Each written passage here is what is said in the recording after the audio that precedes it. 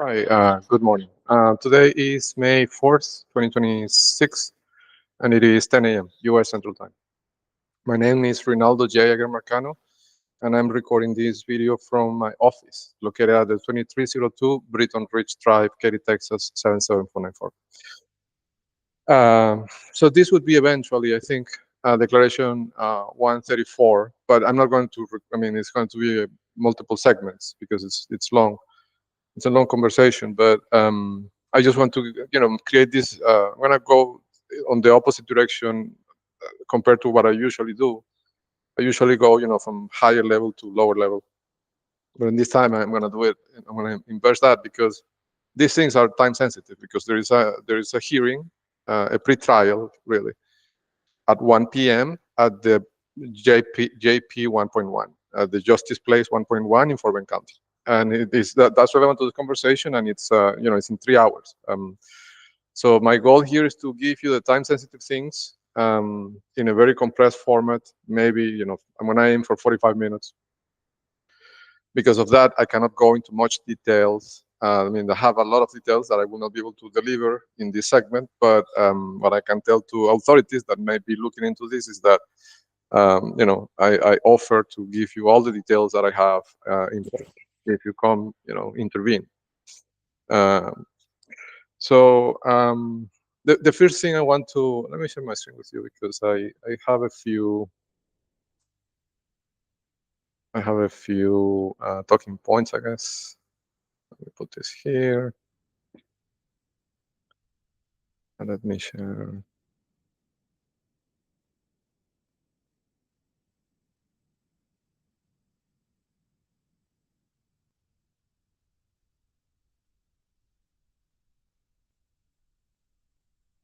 Mhm.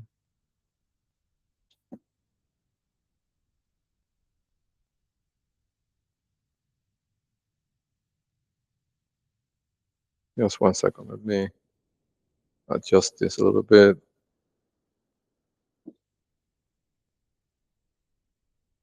Yes.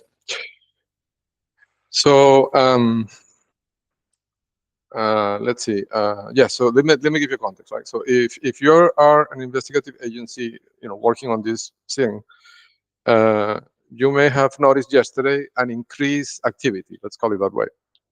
I'm going to give you here like a clinical analysis of this, right? Like I'm going to take distance from the fact that they, harassing me with all this. I'm not going to. I'm just going to describe it, in the most objective way I can. But I imagine that if you are an observer observing this situation from outside, like a third party, right? You're not me, you're not them. You would be confused. Like I imagine, right? If I put myself on your shoes, I imagine you would be very confused. What is going on here? Like, why are these people doing this, right?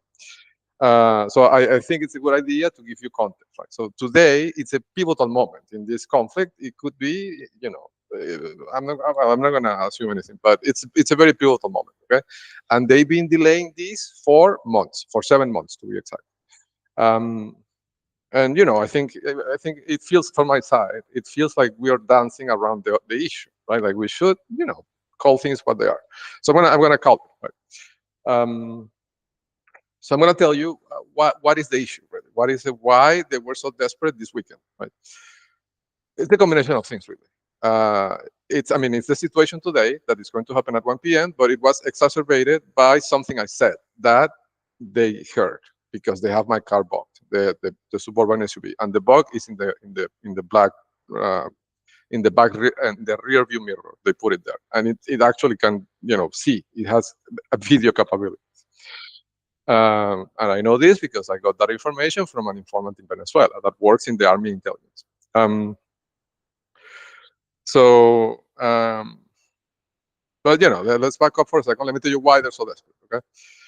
So the sequence, I'm gonna summarize it in the easiest way possible. The sequence was the following: Phil Denning, the HOA, the president of the HOA of this subdivision called Lake Point Estates, where Robert Mueller, the former director of the FBI, has a house. He was tasked with harassing, right? That was his project. That was his full-time work, I imagine, right? For years, for the last 2 years or so, since I moved here, since my company purchased this house. At the beginning, I lived in this house because I was avoiding the other house. this is documented in the previous declarations.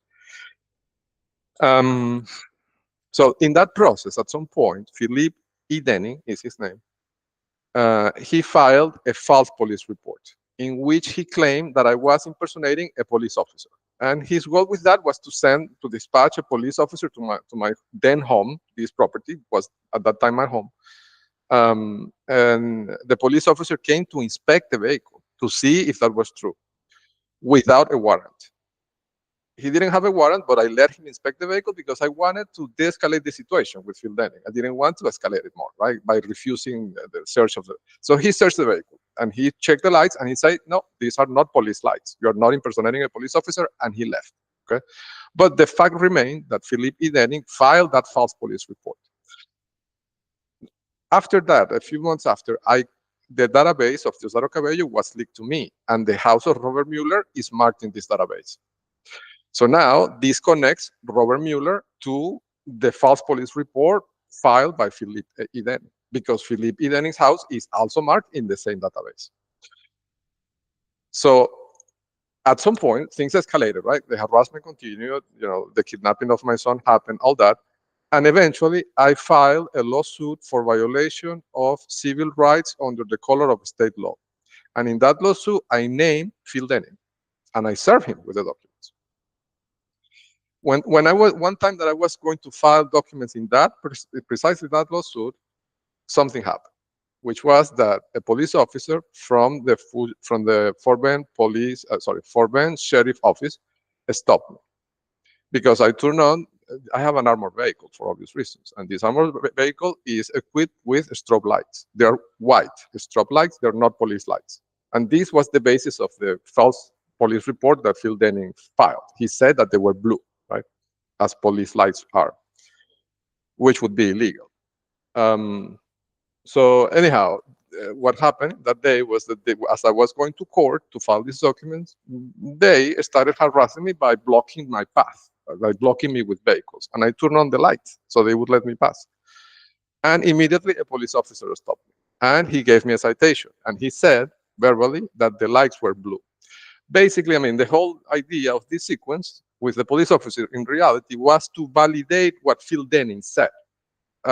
Even if they don't, even if they don't do anything with the case, if they have that on an official record of the police, Philippe Denning could make the claim that if a police officer was confused by the light, he has the right to be confused as well. He's not a police officer, you see?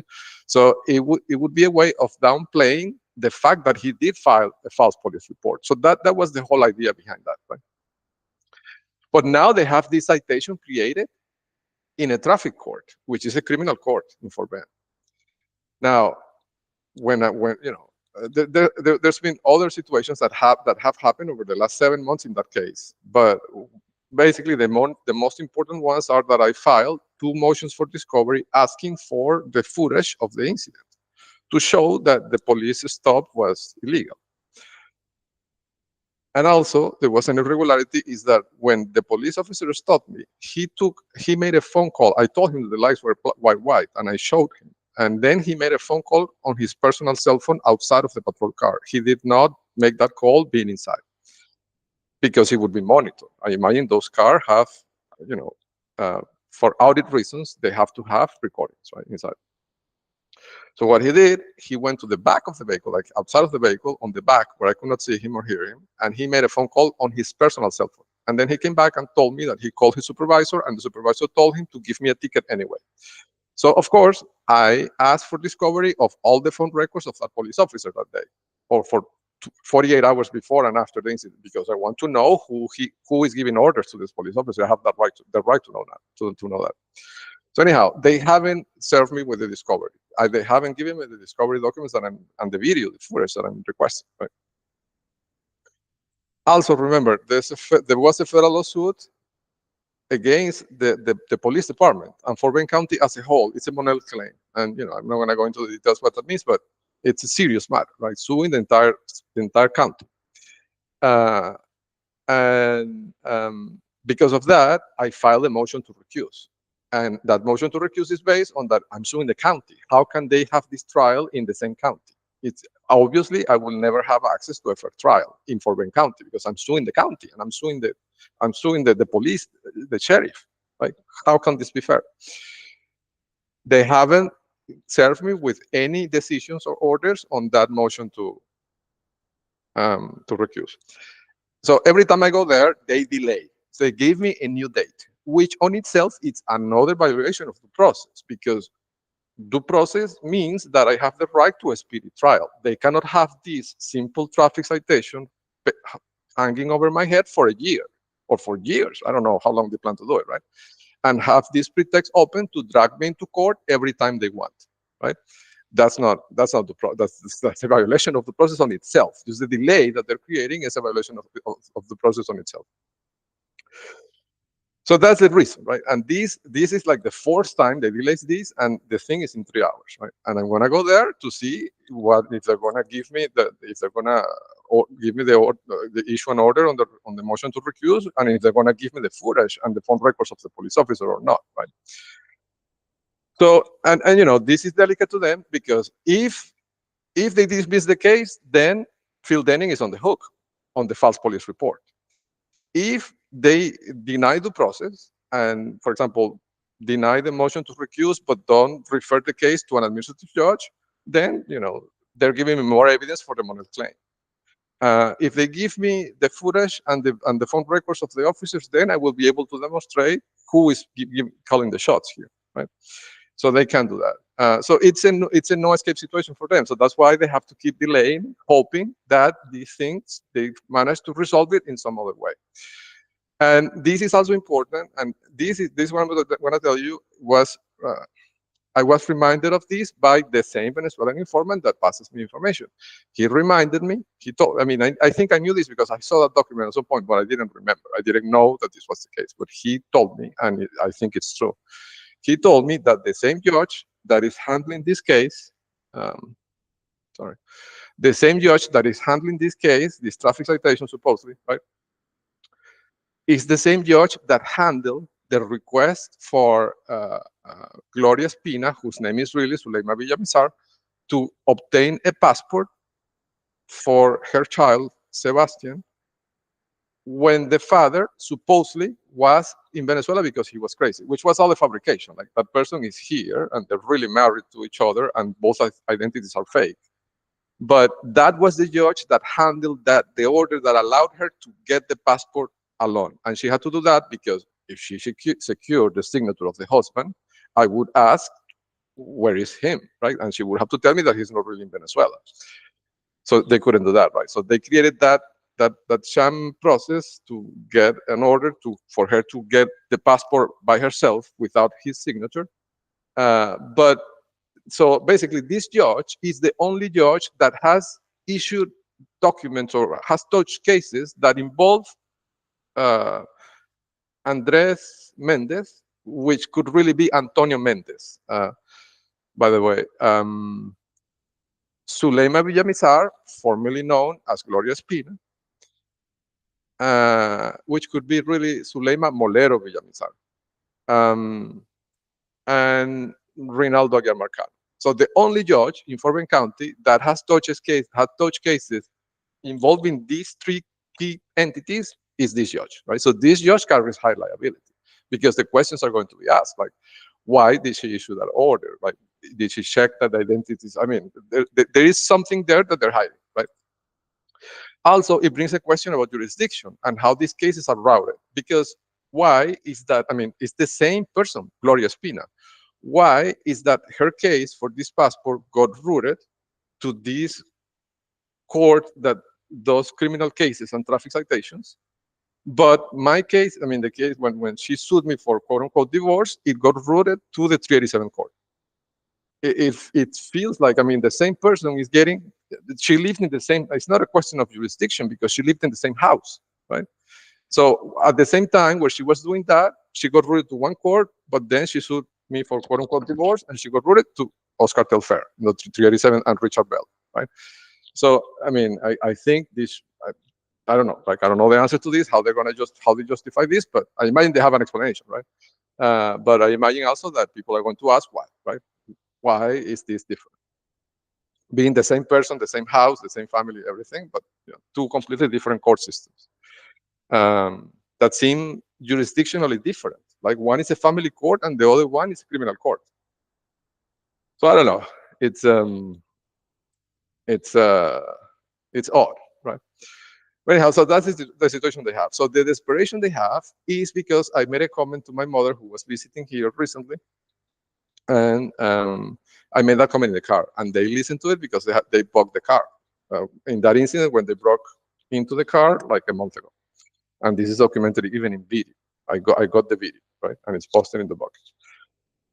So the comment I made, this is another story. When Phil Denning was with the harassment campaign early on, before the database was leaked to me, the harassment was with the grass and things like that, right? And he would send me emails and things like that. But at some point, he escalated it, and he sent a woman to this property to vandalize the doors, basically with a stick, right? And I know it sounds mundane, but this is the kind of things that they do, right? And when that happened, my reaction was to go to the police. I said, well, this is getting physical. He's sending people to trespass the property lines and then attack the property, right? So I'm going to go to the police. Of course, I was innocent. I thought I could go to the police. So I went to the police and I met with Officer Henry. And I had a camera because the harassment was at such high point. When the harassment goes to a certain point, I start carrying a camera on my chest, attached because, to record them if they do anything to me. So that was one of those months in which I had to be carrying around a camera. And the camera, out of respect for the officer, I turned it off, but I made a mistake and I didn't turn it off. And the whole conversation got recorded, the entire thing, where I'm basically reporting Phil Denning to the police. The same person that 2 years after is doing all this, right? I mean, the false police reports and, the harassment with the BHW, Robert Markers, Weinberg, Butler, Haley, PC law firm, right?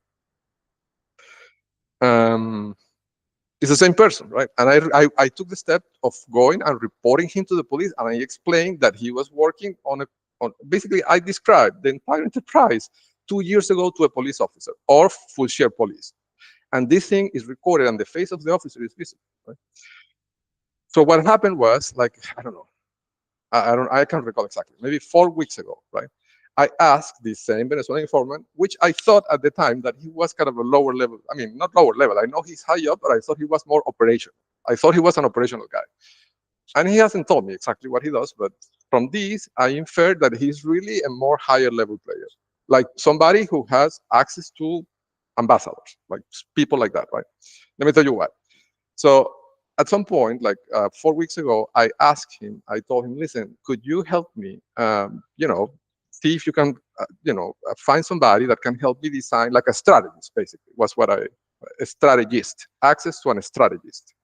Not direct access, but indirect access. So what I proposed to him, listen, present the situation to somebody that you can trust, if you can really trust them, right? That can design a strategy for me to get rid of these people, to resolve the situation for once and for all. And he told me, I'm gonna try to, to see what I can do. And a few weeks after, like recently, we started communicating, and he told me the following. He told me, in your old Pixel phone, I think it's a Pixel 8, I can't recall, but he told me, in that phone, you have a video of a police officer in the Full Share police station in which you're reporting Phil Denning to the police. And the police, he declines to file a police report telling you that he doesn't have jurisdiction because this is a gated community, which is not true. The police officer lied to me, and that is true. Like, I remember what he said, and it's true. This is exactly what happened. But the important thing here is not what happened, is that I didn't even know that I had that video because the video got recorded by mistake. It got transferred to the phone because I had the GoPro app installed in that phone, and the app downloaded the video automatically. I didn't even know that the video existed for years, for all this time. He told me. But this is important because the reason that he can tell me is because the Chinese obviously have the ability to crawl the phone and even download the files. Because how could a person in Venezuela know? I mean, somebody must have seen this video. I haven't even seen it, and they knew the contents of the video. I mean, this is amazing, really. I mean, purely from a technical point of view, it's an amazing development, right? Like that they're able to do this thing. They can crawl the phone and not only see the files, but they can open them, download them. I don't know. So, of course, when they hear this and they know it's true, right? They are very concerned for two reasons. One, they have a very serious leak. Three reasons, really. One, they have a very serious leak on the Chinese side, not even on the Venezuelan side, because this Venezuelan person could not possibly know this. He's not an engineer. This means there is a serious leak that he has access to. On the Chinese side, maybe in China, right? That's why I'm saying that he's a world-class player. Secondly, he has access to, I mean, and then he gave me a strategy that I'm executing right now.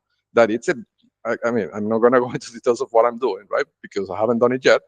But it's a very well designed, high level legal strategy. So this person has to have access to a team of lawyers that are not compromised in the way that all the lawyers in Fort Bend County are, and also speak English and know the legal system of the US. So I mean, so these have to be lawyers from Washington, from New York, something like that, right? I don't know exactly from where, but it's not a lawyer from a small town, right? In somewhere, nowhere in the middle of nowhere.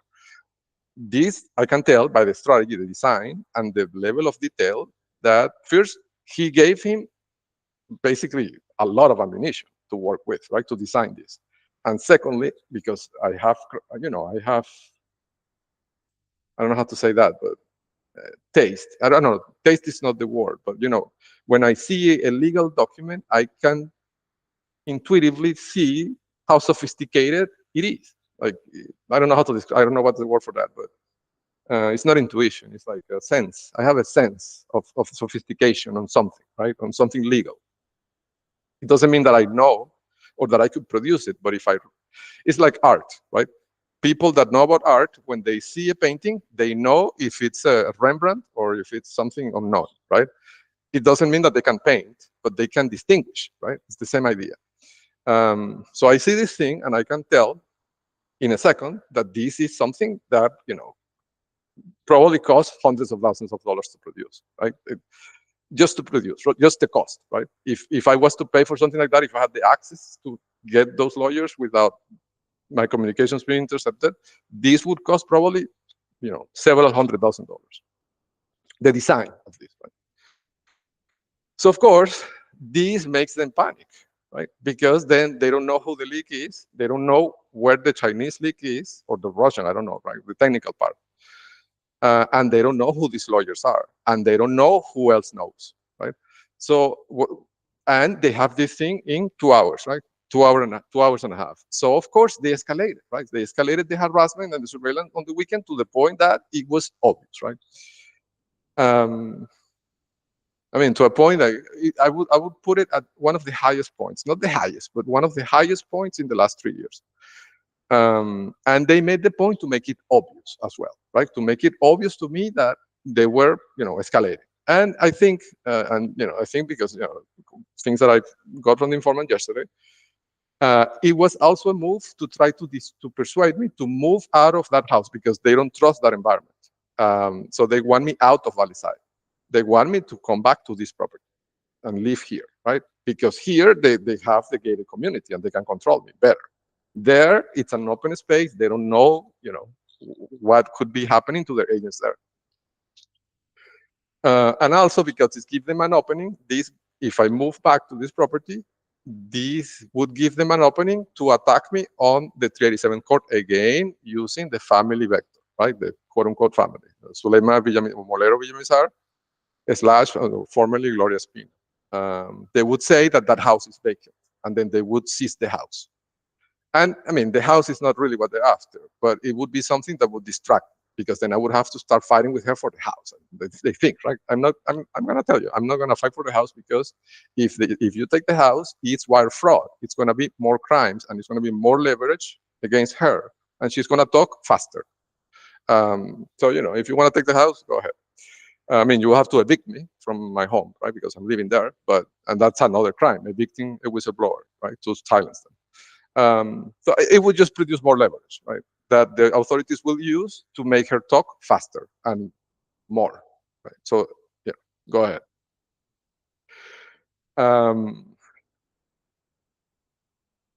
so yeah, so that's the whole reason of the escalation over the weekend. So if you saw on the weekend, the way they were acting is because of that. It's because they're desperate for all these reasons, right? And they want to know who the informant is. Right? This brings me to another point. There was a traffic stop on May the 2nd, and these traffic stops are documented in the bucket. I'm going to take this opportunity to show you how to get to that bucket. Okay? So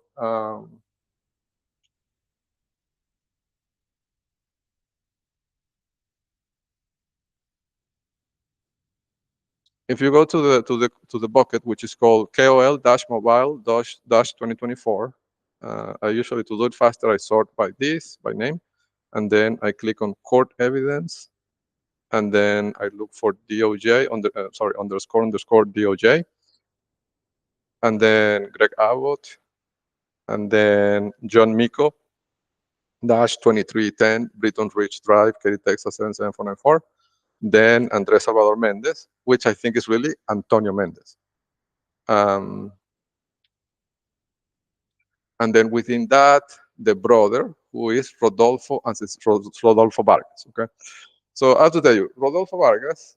So the informant told me that this is a long story how I found him, right? But I found him, and then when I found him, the informant. I mean, he didn't call me over the phone, but if I had a telephone, he would have called me. He was desperate to know how I found him because he was surprised, and many people in the organization are surprised how I found these people, how this person. I'll tell you in the next segment, but it's a longer conversation. I found it using technology, really. Um, Technology and yes, technology and knowledge, right? And I mean context on how they design the neighborhoods, right? And the markers and the placement of things, like particularly the cement, the quarries that they put next to important places.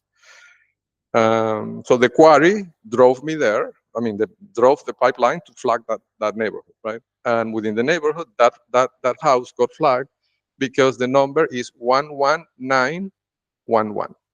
And that number, if you score it, I'm going to give you the short version. If you score that number, treating each digit as a unigram using Google's Muppet scorer, the score would be immense because it contains like 7 trigram matches in just that small number.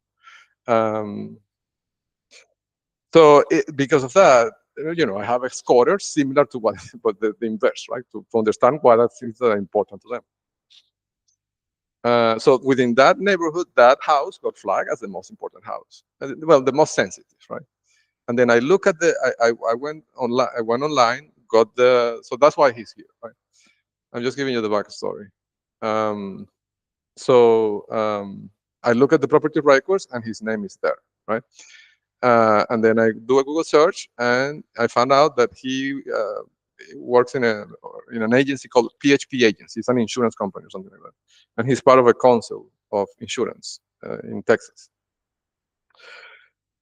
He's a board member, right? And he's a young guy, right? He could be probably my age or maybe younger than me. But in this website, he has a video with a yellow Lamborghini, and it's like an infomercial. I put it in this pocket. You can watch it. It's actually very funny. Um, uh, and there's a lot of things. But when I saw that, I mean, that vehicle was flagged, and in the video, the license plate is visible, and I have it in my system because he has followed me multiple times. And there are a lot of other things that allowed me to see that, and then that he's not only important, but that he's directly connected to Zuleima Molero Villamizar and Andres Espina or Antonio Espina.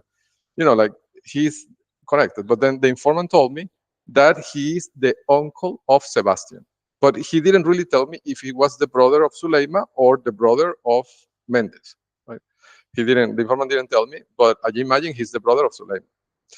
But here I don't know, right? But it could be the brother of one of the two. I don't know which one, right? But this is trivial for authorities to, to see, because all they have to do is to ask for a DNA test of Sebastian and compare him to him. If he's the uncle, they're going to show us relatives, right? And then he has this name that is, I mean, it's an alias, right? And in the website, he's portrayed as being from El Salvador. But if you listen to the infomercial, the information is in Spanish, of course. And the Spanish, the kind of Spanish that he speaks in that infomercial is obviously Venezuelan Spanish. Like the way he pronounces the S's, like, if you are, if you have an ear for those things, you will recognize him as being Venezuelan, not Salvadorian. So it's a fake identity, right? So if he's related to Sebastian, to their son, and he's using an assumed identity, right? And he has this yellow Lamborghini and this $3 million house, and he's living under an assumed identity. I imagine that's going to bring a lot of questions.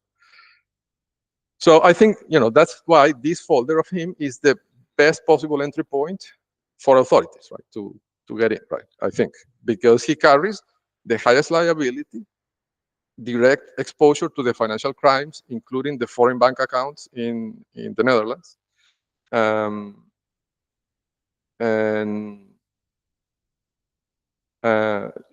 direct relationship to all of this, right?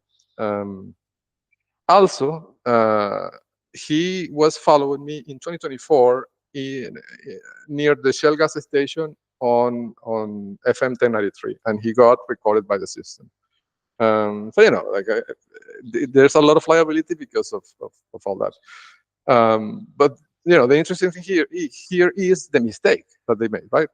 I mean, they didn't make a mistake, really. They did the best they could, right? What they did was to concentrate the flow of capital in one single individual and put him separated. Like this fake name and being Salvadorian and all that.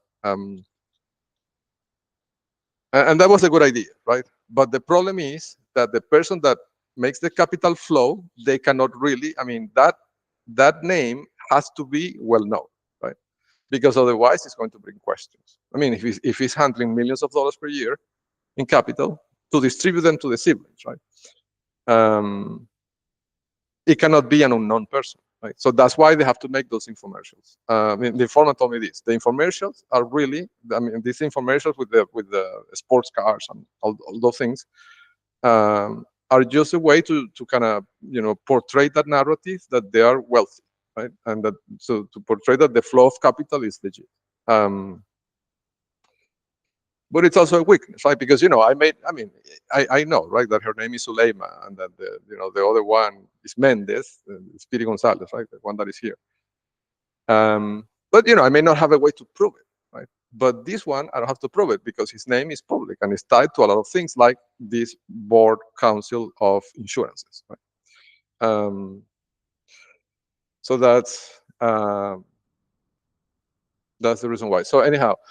There was an incident, going back to the topic about the police, there was an incident in which on March 19th, okay?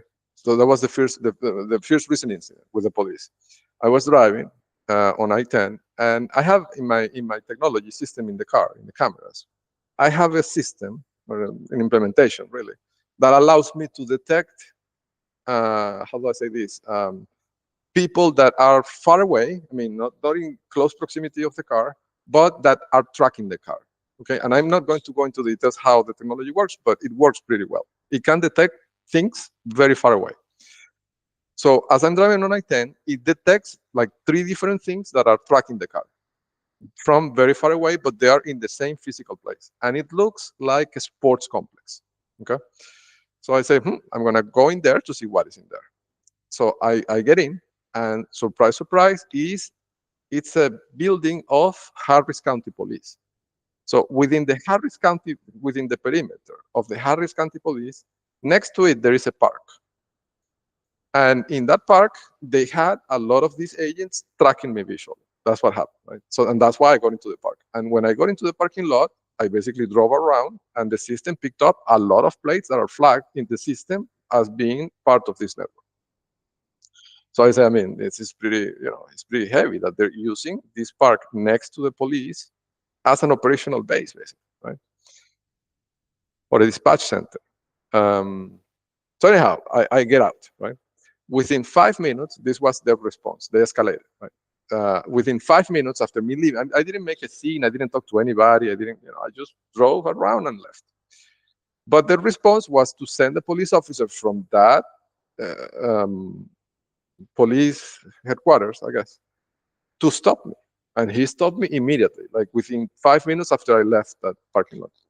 Um, and a couple of things happened, right? So he gave me a warning because he said that I made an aggressive change of lanes on I-10, which is not true. But I'm not going to start fighting with the officer. So he gives me a warning. But when he gives me a warning, he did something unusual. He approached the vehicle on the passenger side, and he started. He had a flashlight on, pointing at my face, which is pretty aggressive, I think. And I asked him if he could turn it off, and he said, "No, I can't." Okay, that happened. But now, recently, this weekend, because of the situation that I described, the same thing happened again, but this time with the full share police. A police officer, because they can't figure out who the informant is. So what they did, they sent a police officer to stop me. And I got these recordings. I'm going to attach them at the end of this. But the police officer, the interesting thing, he did the same. He broke protocol and he approached the vehicle again on the passenger side. And he started knocking on the windows. And this is an armored vehicle in this case, and the windows don't lower. So he asked me if he could open the door. And he opened the door and he got the flashlight inside of the car. And he was pointing at me with the flashlight. So when this happened, I understood. I mean, this was a giveaway for me, at least, right? What they're doing is that they're trying to understand what is that I have on the passenger side. Because as I'm driving, I'm very frequently checking and looking to my right, because I have a technology tool in that area of the car that I use as part of my system. I'm not going to describe the technology because then they will know what it is and then it could give them ideas. But what they're trying to do is to see what that device is because they don't know what it is. They want to understand because it might give them a clue on how to find the informant. So what this stops and them approaching me on the right side of the vehicle is just a pretext. So I lower the window and they're close to that area and they can visually see what is that I have in there. This police officer on May 2nd also took a photo of the interior of the vehicle. And again, I asked him if he could turn off the flashlights and he said, no, I can't. I think the thing with the flashlight is really to blind the camera because I have the camera inside of the car for these incidents. I mean, for this reason, right? Because I know they're harassing me with the police or that, they could break into the car. So if they do it, I'm going to record them, right? Or if, if they disable the recording or steal the cameras or the system, then I'll know that they broke in, right? Which defeats the purpose because I'm going to start looking to see what they did. So I think the flashlight thing is a measure to blind the cameras. And it works. Like if you look at the videos are posted here. So let me walk you through this, right? So we are right now in the folder of the on-call, right? Rodolfo Vargas, right? So within that folder, you have inside of that Phil Denning, who is the person that coordinates the harassment with the police. And he's the president of Lake One Estates, where is that Robert Mueller has his house. And so if you click on this was full share. So within Fort Bend, full share really depends on Fort Bend, right? So it's a dependency of the Fort Bend Sheriff's Office.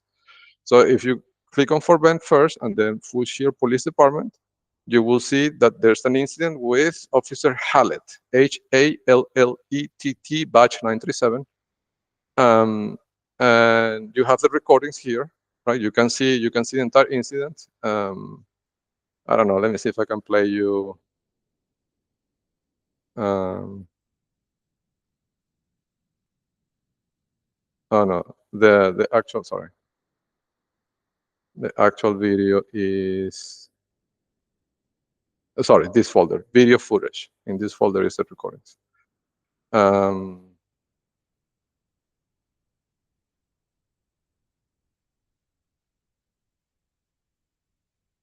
Okay. Let's see.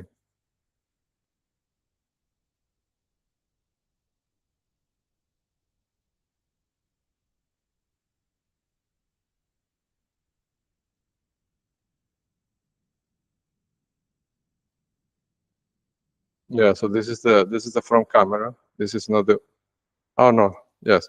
Oh, this guy is important, by the way. Sorry. I'm going to tell you this because I will forget. So this guy, this was like 5 minutes before this incident.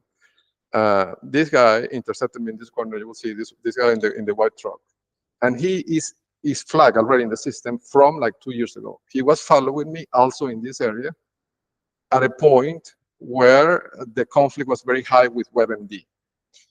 And I believe he's Russian, right? Because at the end, right, what I did was that I let him drive, but I could see in the opportunity where he lived. And I drove by like 5 minutes after, and he was getting out of the truck.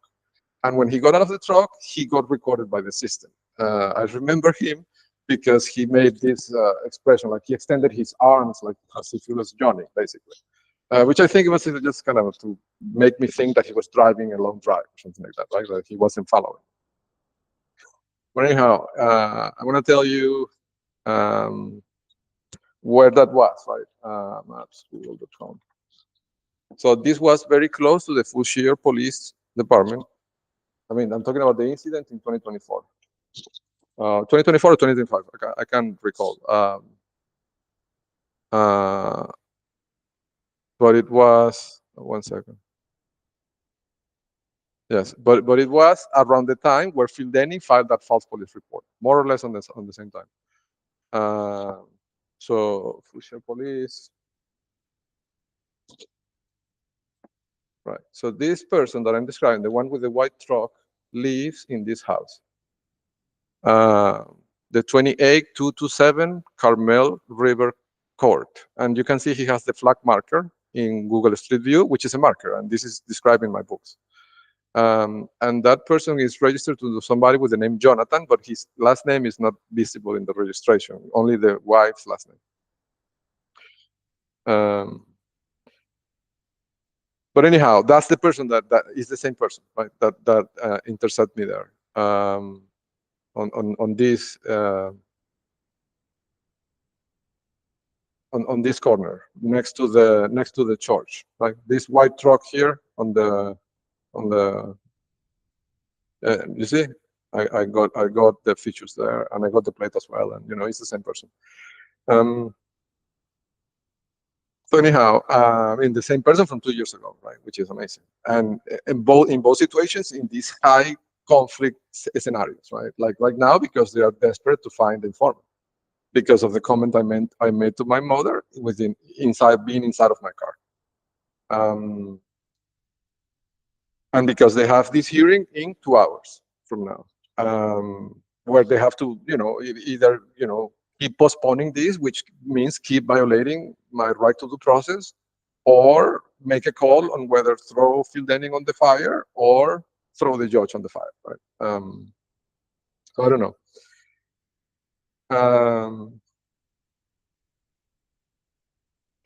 Yes. So anyhow, what I wanted to show you is that in this video you can see the stop.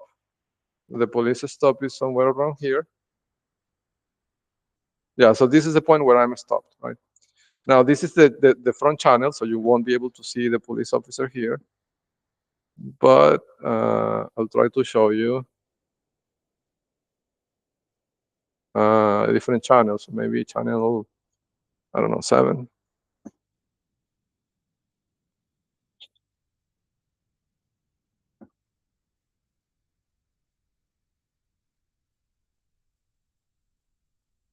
Yeah, it takes a second to download. Yeah, so here you will see the actual stop, right?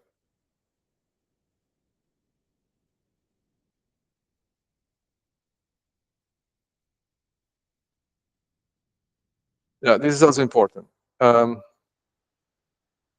After that person intercepted me on the white truck, a second white truck, also these white trucks don't have any markings, like they don't have anything distinctive, right?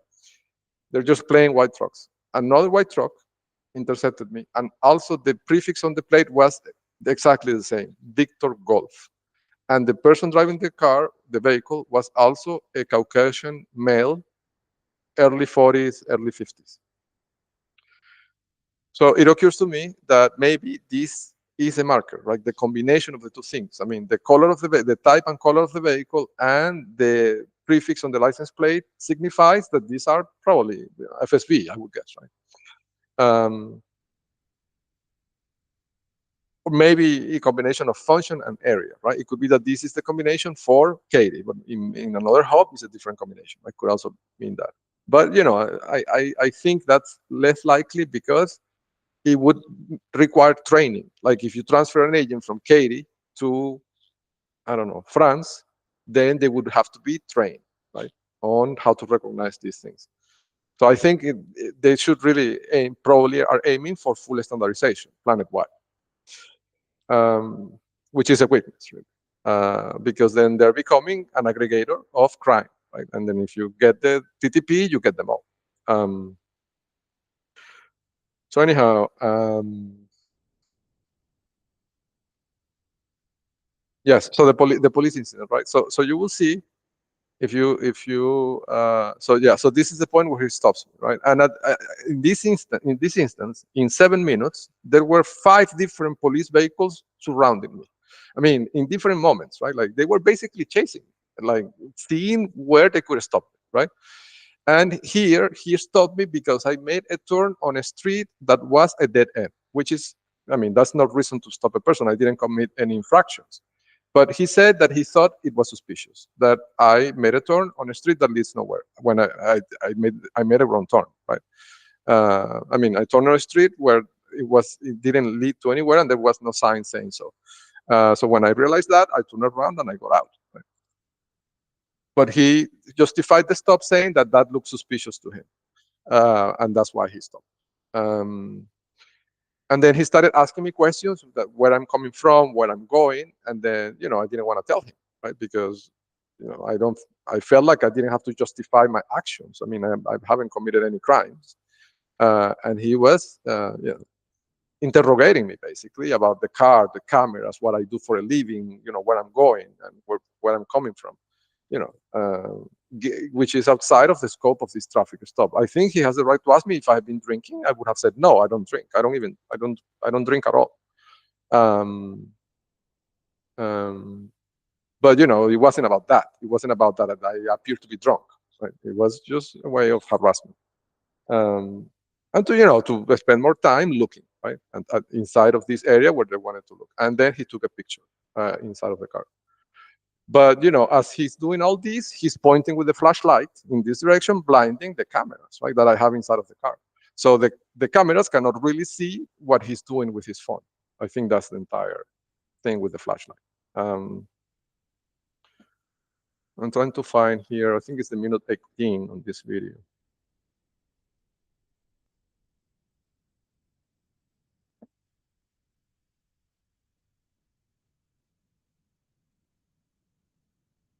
Yeah, this is where he passes me. So this is the dead end street that I was telling you, where I got in by mistake.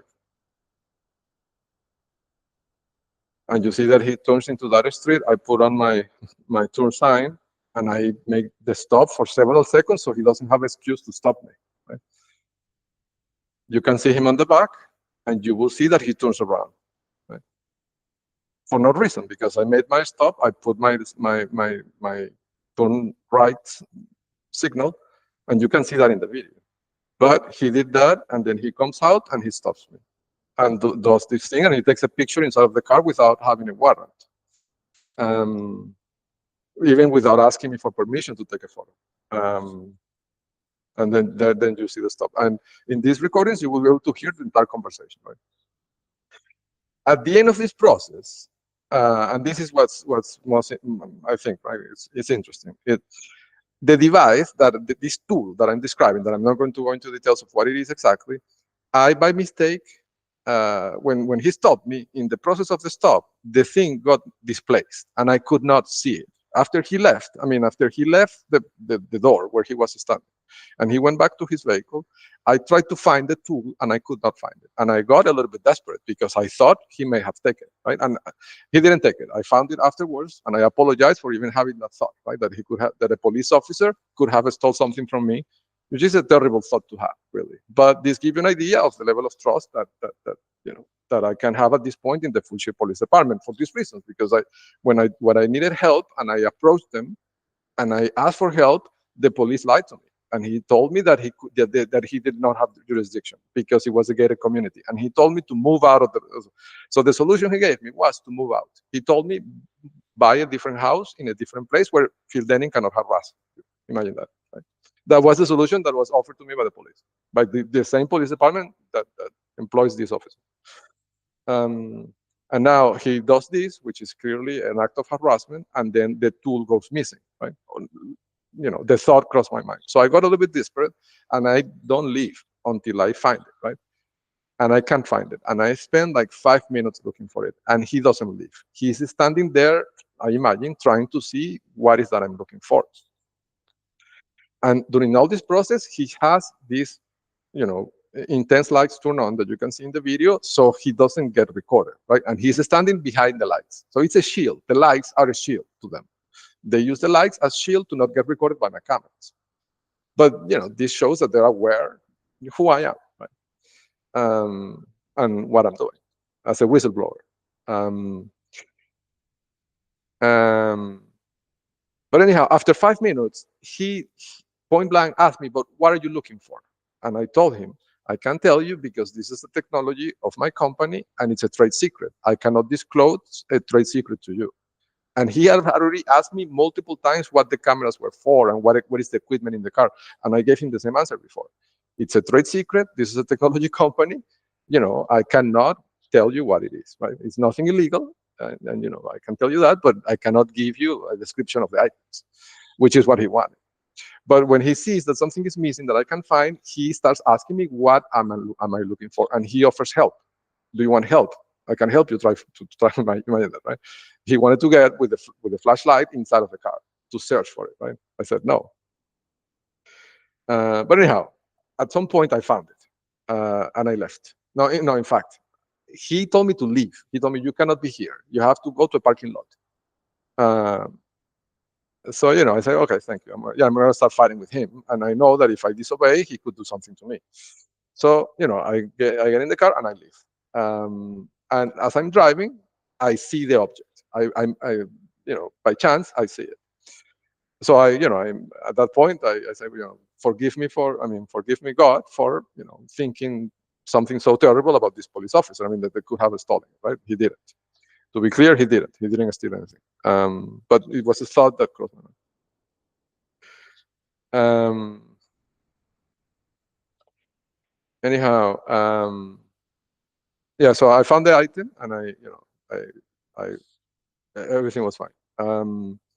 But the interesting thing of all these is, how do they know that that item was on that side, that tool was on that side of the vehicle? Because these two police officers, over a period of 2 months, have consistently broken protocol. The protocol is that you approach the driver on the driver's side, and you ask them to lower the window, right? Like you see that even on the movies.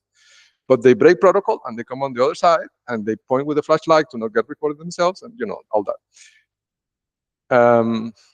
So obviously there's design, right? They're looking for something on the passenger side. So this means that they have a way to see inside of the vehicle, because as I'm driving and I'm looking on that direction to interact with my tool, they're looking, right? And they are looking from the rear view mirror, right?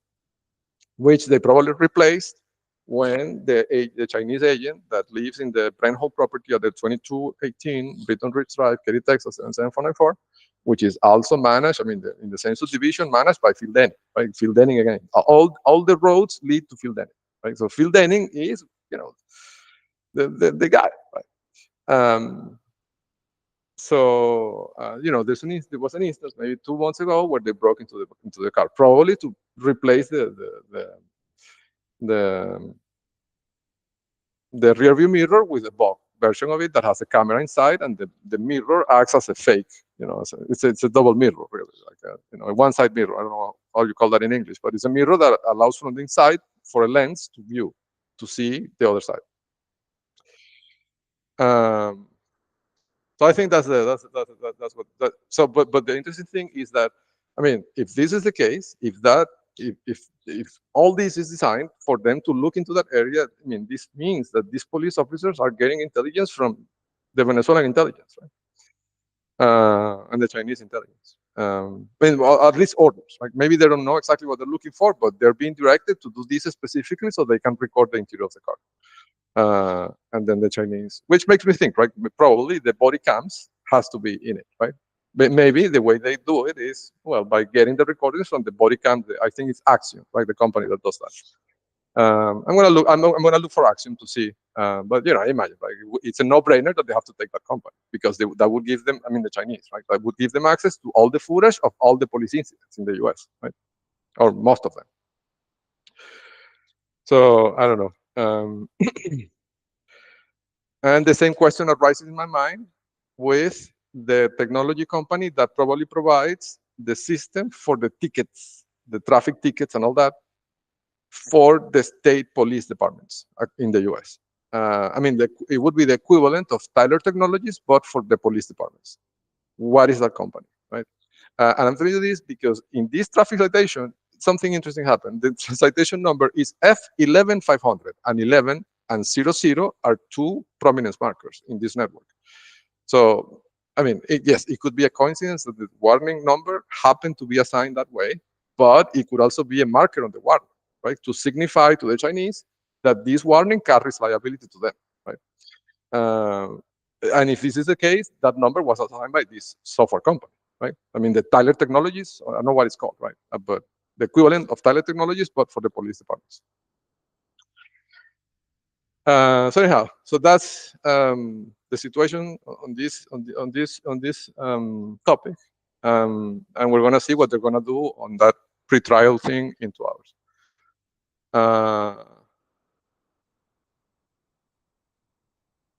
Yes, so I think I'm gonna to make this an atomic segment. I'm gonna just cut it here, and I'm gonna after I go there and figure out what is that they're going to do. Then I'll continue, or we'll see what happens, right? Well, so with that, I'm going to say goodbye for now. Thank you so much, and I'll see you on the next one.